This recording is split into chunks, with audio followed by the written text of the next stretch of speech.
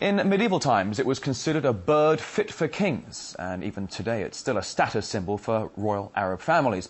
But despite the gyr falcon being on a list of endangered species, many still hunt and poach the regal bird.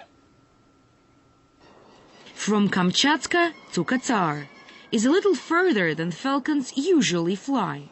These 14 gyr falcons, the biggest birds of their kind, were being smuggled to the Middle East by poachers.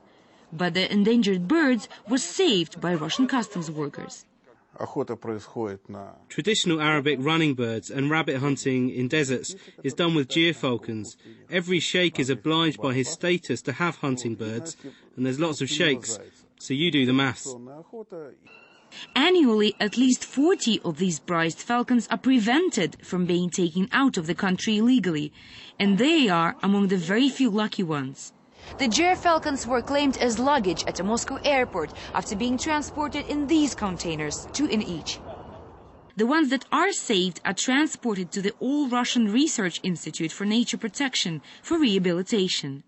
The birds are transported in special masks covering their eyes, so they don't panic during the trip. We have to keep them on them for a while because they're still in shock. By Russian law, undeclared goods being taken out of the country worth less than $10,000 usually means just a fine. Everything over that, criminal charges.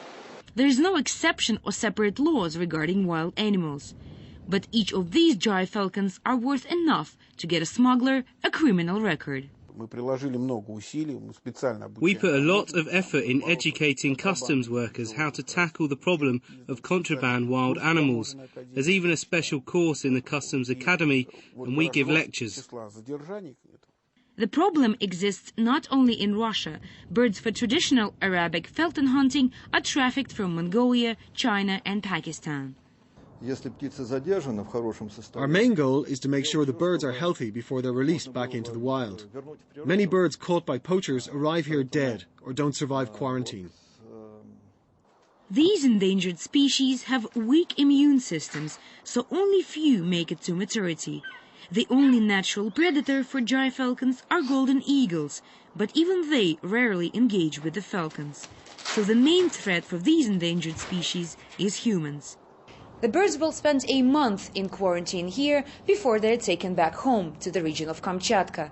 Wildlife workers say there's nothing like the feeling they get when they set birds free.